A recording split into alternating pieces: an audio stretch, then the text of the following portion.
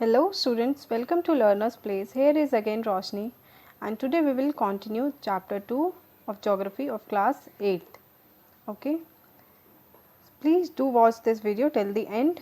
Otherwise आपको अगर आप बीच में skip करोगे तो आपको समझ नहीं आएगा. So please इस वीडियो को आप end तक ज़रूर देखिएगा. एंड इससे पहले वाली वीडियो में हमने लैंड के बारे में पढ़ा था. सो वो भी आप देख लेना. उस वीडियो का लिंक मैं आपको शेयर कर दूंगी इस वीडियो के एंड में. सो आप लैंड के बारे में जो भी हमने पढ़ा था, लैंड क्या होता है, लैंड के क्या क्या यूजेस होते हैं और लैंड को हम कैसे कंजर्व करते हैं, उस वीडियो में मैंने ये सब समझाया है. तो वो भी आप देख लेना. उसके बाद आता है सॉइल. तो आज हम सॉइल के बारे में पढ़ेंगे. That what is soil and soil के फैक्टर्स क्या क्या होते हैं और सॉइल को हम कैसे कंजर्व कर सकते हैं. Okay, so let's start. यहाँ पे आप देख सकते हो सॉइल की एक पिक्चर भी बनी है. उससे आपको समझ में आ जाएगा that soil is what. Soil is, हम सॉइल को ही मिट्टी बोलते हैं ना. The thin layer of granny substance covering the surface of the earth is called soil. जो मिट्टी होती है, मिट्टी में आपने देखा होगा जो उसका सब्सटेंस होता है, मतलब जो उसका टेक्सचर होता है वो बहुत ही पतला होता है. बहुत छोटे छोटे पार्ट्स में होते हैं. वो बहुत ग्रेनी सब्सटेंस, ग्रेन्स की तरह होते हैं, छोटे छोटे से बिल्कुल, है ना. आपने हाथ में भी लेके देखा ही होगा ग्रेनी सब्सटेंस जो होता है मिट्टी. ठीक है, इसकी जो लेयर होती है वो बहुत थिन होती है, बहुत पतली होती है. और it is closely link to land. आपको पता ही ये लैंड से ही जुड़ी हुई है, बिकॉज जो मिट्टी है वो लैंड के ऊपर ही तो है ना. इसीलिए तो हम ये बोल रहे हैं that it is closely link to land. Okay, next देखो. Soil is made up of organic matter, minerals and weathered rocks found on the अर्थ.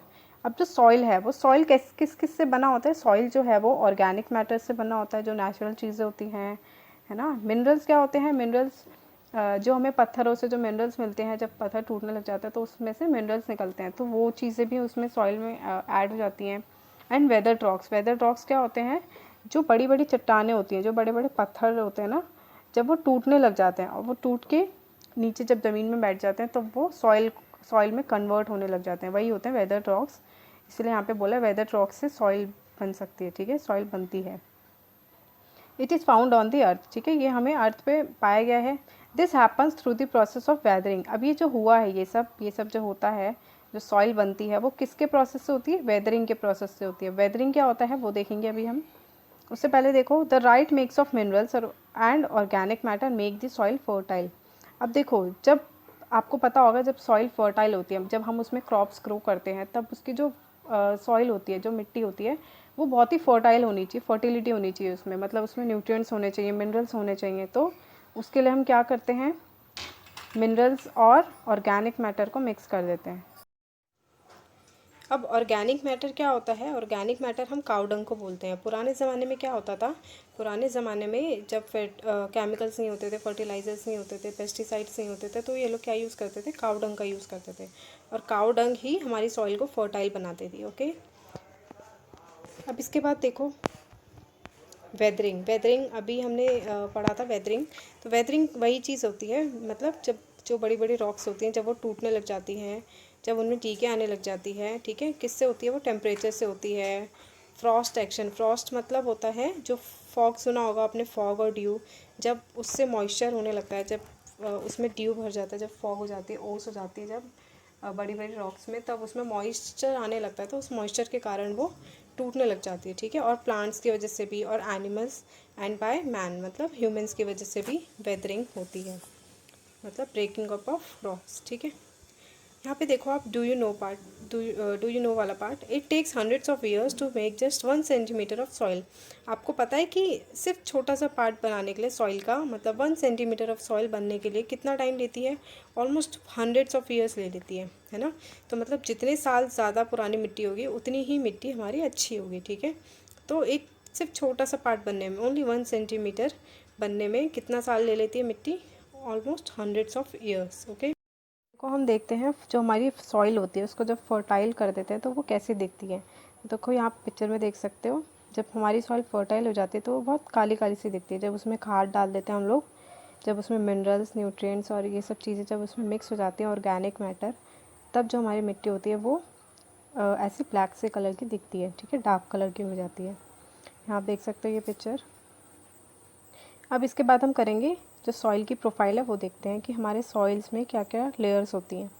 तो टोटल 4 लेयर्स होती हैं। जो फर्स्ट टॉप लेयर है वो क्या है, top soil with humus and vegetation. अब ह्यूमस क्या होता है, ह्यूमस आपने देखा होगा जो सड़ी हुई पत्तियाँ होती हैं, जब वो सड़ी हुई पत्तियाँ मिट्टी में मिलती हैं तो वो खाद बन जाती हैं, है ना। और तभी वेजिटेशन होती है, जब उसमें इसी से हमारी जो क्रॉप्स होती है वो ग्रो करती हैं।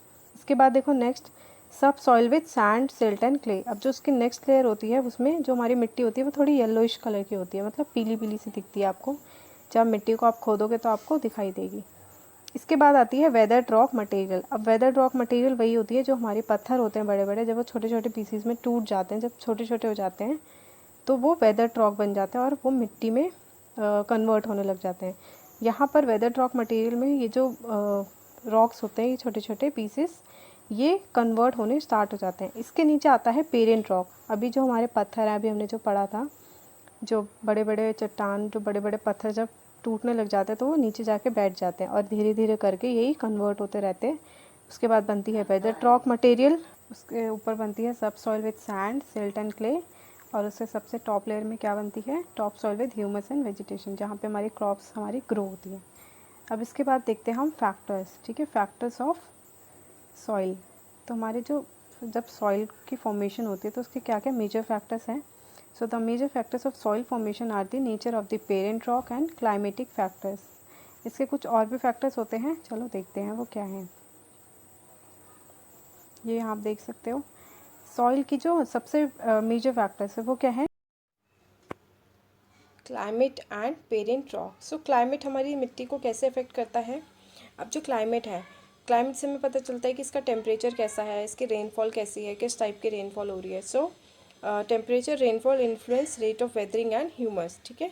अब जब मिट्टी उड़ेगी तो वो हमारी मिट्टी जब हवा चलेगी तो हमारी मिट्टी को भी उड़ा ले जाएगी वो, है ना, मिट्टी भी उड़ेगी उसके साथ साथ। तो इससे वेदरिंग पे अफेक्ट पड़ता है। और रेनफॉल, जब बारिश होती है तो बारिश से क्या होता है, ये हमारी ह्यूमस फॉर्मेशन में हेल्प करता है, ठीक है, ह्यूमस फॉर्मेशन को अफेक्ट करता है, इसमें डीके आने लग जाती है, ठीक है। रेनफॉल अगर होगी तो ह्यूमस में डीके आने लग जाएगी।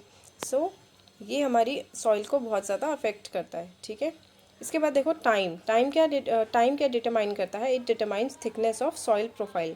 अभी हमारी मिट्टी को डिफाइन करता है कि जो हमारी मिट्टी है वो कैसी है, थिन है या थिक है, मतलब जितनी मिट्टी हमारी पुरानी होगी उतनी ही मिट्टी अच्छी होगी, ठीक है। इसके बाद देखो फ्लोरा, फोना एंड माइक्रो ऑर्गेनिज्म। फ्लोरा क्या होता है, फ्लोरा होता है, हम प्लांट की लाइफ को फ्लोरा बोलते हैं, the life of the plant is called flora. And fauna हम किसे कहते हैं, हम एनिमल की लाइफ को बोलते हैं फोना। अब आपने देखा होगा कि जो मिट्टी है, मिट्टी में छोटे छोटे से कीड़े होते हैं, तो उसी को हम माइक्रो ऑर्गेनिज्म बोलते हैं। और ये कैसे होते हैं, अब देखो फ्लोरा कैसे अफेक्ट करता है हमारी सॉइल को।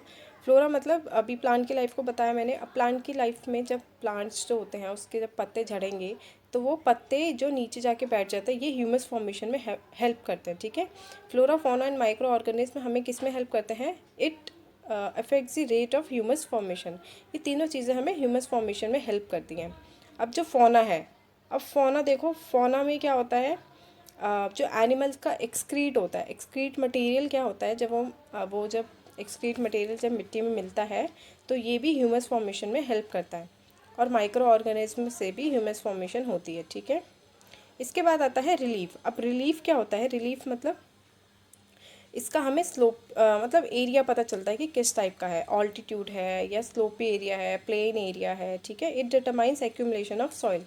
अब अगर प्लेन एरिया होगा तो वहाँ मिट्टी ज़्यादा होगी, और अगर स्लोपी एरिया होगा, एंगुलर एरिया होगा, तो वहाँ पे मिट्टी बहुत ही कम होगी, ठीक है। वहाँ हम क्रॉप्स भी हम कम ही ग्रो करेंगे। तो ऐसी चीज़ें, इन चीज़ों से सॉइल को अफेक्ट पड़ता है काफ़ी ज़्यादा, ठीक है। इसके बाद आता है next, that is parent rock. अब पेरेंट रॉक से आप समझ सकते हो, देखो पेरेंट वर्ड आ गया ना, पेरेंट से देखो आप ये समझो कि अब जो पेरेंट्स में जो सिमिलैरिटीज़ होती हैं तो वो ऑफकोर्स बच्चे में भी होंगी, है ना। तो सिमिलरली यहाँ पर भी पेरेंट रॉक्स की जो सिमिलैरिटीज़ हैं, इसके जो हेरिडेटरी फीचर्स हैं, वो इसकी मिट्टी में भी अफेक्ट करते हैं। जैसे इट डिटरमाइंस कलर, टेक्सचर, इसकी केमिकल प्रॉपर्टीज़, इसके मिनरल्स कंटेंट और परमेबिलिटी, ये सब चीज़ें जो हैं पेरेंट रॉक से हमें पता चलती हैं। जैसा रॉक होगा वैसे ही उसकी मिट्टी होगी, ठीक है। परमेबिलिटी क्या होती है, मतलब वो पानी को कितना सोखती है। अगर उसके पेरेंट रॉक पे डिपेंड करता है, ठीक है। जो रॉक है हमारा उस पे डिपेंड करता है कि मिट्टी कितना ज़्यादा सोखेगी, कितना कम सोखेगी, ठीक है। कितना मतलब पानी जो है, जैसे स्पॉन्जी जो होता है, जो स्पॉन्ज आपने सुना होगा, स्पॉन्ज में बहुत ज़्यादा पानी मतलब देखा भी होगा, बहुत ज़्यादा पानी वो सोखता है। तो यहाँ पे भी सिमिलरली ऐसे ही पता चलता है हमें, ठीक है। अब इसके बाद नेक्स्ट देखते हैं, ठीक है। ये आपको समझ में आ गया होगा hopefully, that soil is affected by these 5 types, ठीक है। इसके बाद देखते हैं degradation of soil and conservation measures. अब soil erosion and depletion are the major threats to soil as a resource.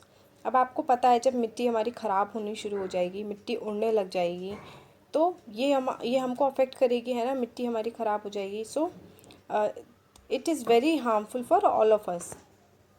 इसके बाद देखो factors which lead to soil degradation. अब कुछ ऐसे फैक्टर्स हैं जो हमारी मिट्टी को डिग्रेड करते हैं, ठीक है।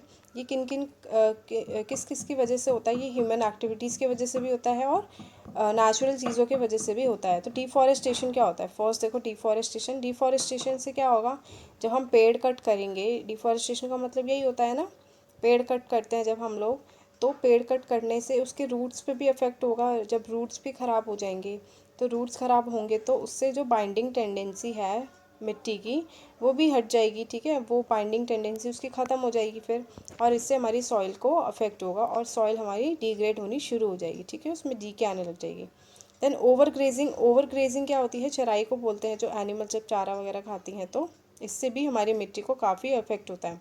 Then over use of chemical fertilisers और पेस्टिसाइड्स। अब जब हम बहुत ज़्यादा अमाउंट में केमिकल्स डालेंगे, फर्टिलाइजर्स डालेंगे मिट्टी में, तो वो हार्मफुल होगी हम सबके लिए, है ना।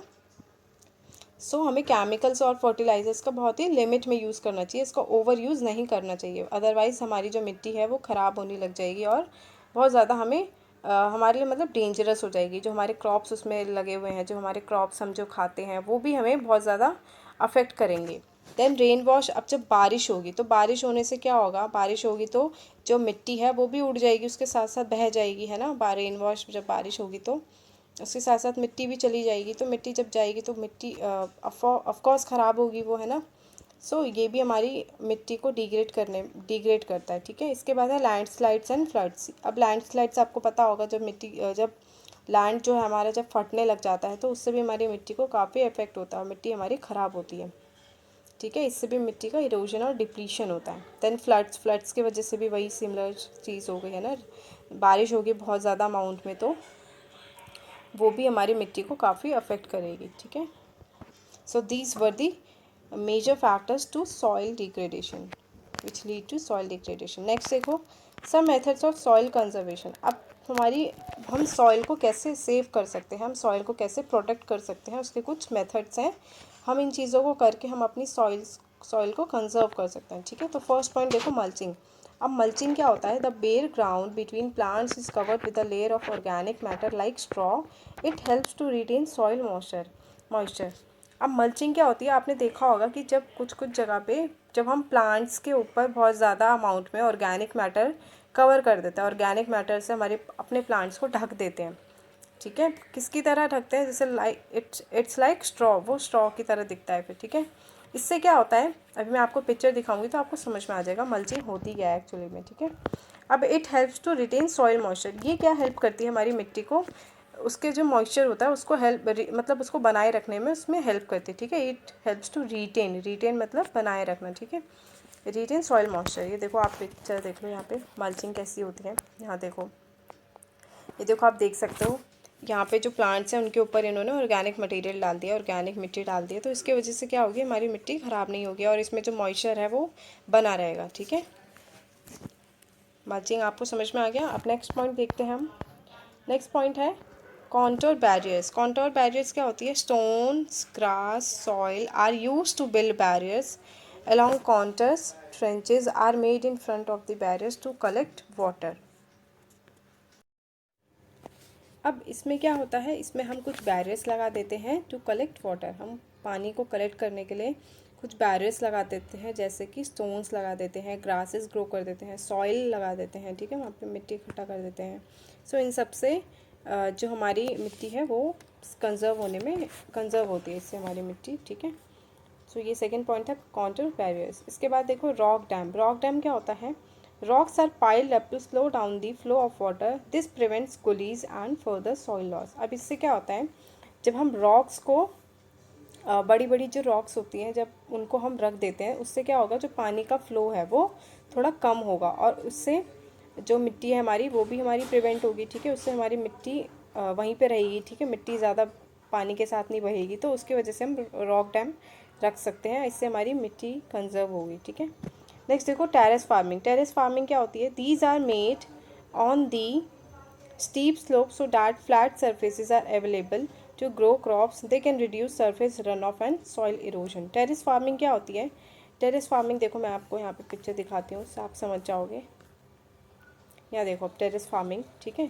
टेरेस फार्मिंग में देखो हम ऐसे जो ये स्लोप्स होते हैं, इन स्लोप्स में हम क्या करते हैं, हम क्रॉप्स को ग्रो कर देते हैं, ठीक है। स्लोप्स में हम सीक्वेंस वाइज ऐसे क्रॉप्स को ग्रो कर देते हैं, तो इससे हमारी मिट्टी भी सही रहती है और क्रॉप्स भी हमें मिल जाती हैं। तो ये हमारी मिट्टी को इरोज होने से बचाती हैं, ठीक है। ये हमारी सॉइल को कंजर्व करती है, ठीक है।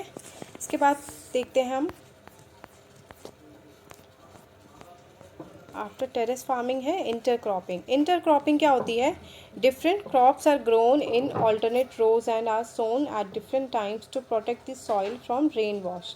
अब इंटरक्रॉपिंग क्या होती है? हम ना कुछ डिफरेंट क्रॉप्स को हम ग्रो कर देते हैं ऑल्टरनेट रोज में। जब हम रो में ग्रो करते हैं तो रो में अब हमारी मिट्टी भी अलग अलग टाइप्स की होती है, तो हम जब डिफरेंट क्रॉप्स ग्रो करेंगे तो वो डिफरेंट टाइप्स की मिट्टी को अफेक्ट करेगी, प्रोटेक्ट करेगी और रेन वॉश से उसको बचाएगी। जब बारिश होगी तो उससे भी हमारी मिट्टी को हेल्प होगी, ठीक है। इंटरक्रॉपिंग इसमें इस चीज़ में हेल्प करती है। इंटरक्रॉपिंग के पीछे देखते हैं, ये देखो आप इंटरक्रॉपिंग यहाँ पे मैंने आपको दिखाया। ये इंटरक्रॉपिंग देखो आप, ये रोज़ में लगा रखे ना, ऑल्टरनेट रोज़ में ऐसे रो टू रो ऐसे, ठीक है। काफ़ी सारे रोज़ में यहाँ पे जब हम क्रॉप्स को ग्रो करते हैं तो ये हमारी सॉइल को कंजर्व करने में हेल्प करता है, ठीक है। और इससे सॉइल इरोजन नहीं होता, ओके। इसके बाद है कॉन्टोर प्लफिंग। कॉन्टोर प्लफिंग क्या होती है? Ploughing parallel to the contours of a hill slope to form a natural barrier for water to flow down the slope. अब देखो कॉन्टोर प्लफिंग में क्या होता है, जो हमारी स्लोपी एरिया होते हैं, हिली एरियाज़ होते हैं, उनमें हम ऐसे कुछ बैरियर्स लगा देते हैं। नेचुरल बैरियर ही होते हैं वो, ताकि जो फ्लो ऑफ वाटर है उसको हम कम कर सकें, ठीक है। वो कैसे करते हैं देखो मैं आपको पिक्चर दिखाती हूँ। यहाँ पे देखो आप कॉन्टोर प्लफिंग की पिक्चर, ये इस टाइप के फॉर्म में। सेकंड पिक्चर आप देखो और करके, जो और के जो नीचे है, ऐसे इस टाइप के हम वहाँ पे डेवलप कर देते हैं, ठीक है। नेक्स्ट देखते हैं शेल्टर बेल्ट्स। अब शेल्टर बेल्ट्स क्या होता है? In the coastal and dry regions rows of trees are planted to check the wind movement to protect soil cover. अब देखो कुछ ऐसे एरियाज़ में जहाँ पे जो ड्राई रीजन्स होते हैं, जो कोस्टल एरियाज़ होते हैं, वहाँ पे हम रोज़ में ट्रीज़ को लगा देते हैं, रो में ट्री को लगा देते हैं, ताकि जब विंड चले, जब विंड की मूवमेंट हो तो हमारी जो सॉइल है उसको वो प्रोटेक्शन मिल जाए, ठीक है। अब देखो यहाँ पे मैं आपको एक पिक्चर दिखाती हूँ, उससे आप समझ जाओगे। देखो शेल्टर बेल्ट्स, यहाँ पे देखो एक पिक्चर बनी है। जब ऐसे हम रोज़ में ट्रीज़ को लगा देते हैं, तो रोज़ में जब ट्रीज़ लगेंगी तो इससे जब हवा चलेगी तो हमारी मिट्टी को प्रोटेक्शन देगा, है ना। जब हमारी मिट्टी उससे फ्लो नहीं होगी, इससे मिट्टी हमारी उड़ेगी नहीं। सो इससे this is one of the major methods to conserve soil, okay. I hope आपको वीडियो अच्छी लगी होगी एंड आपको सब कुछ क्लियरली समझ में आया होगा। और ये नोट्स भी काफ़ी मैंने ईजी तरीके से बनाया है ताकि आपको ज़्यादा प्रॉब्लम ना हो। So if you like this video then please do share, subscribe and like. Next video में हम पढ़ेंगे वाटर के बारे में, that what is water and what are the uses of water and how to conserve water, okay. So stay tuned for the part 3. Thank you.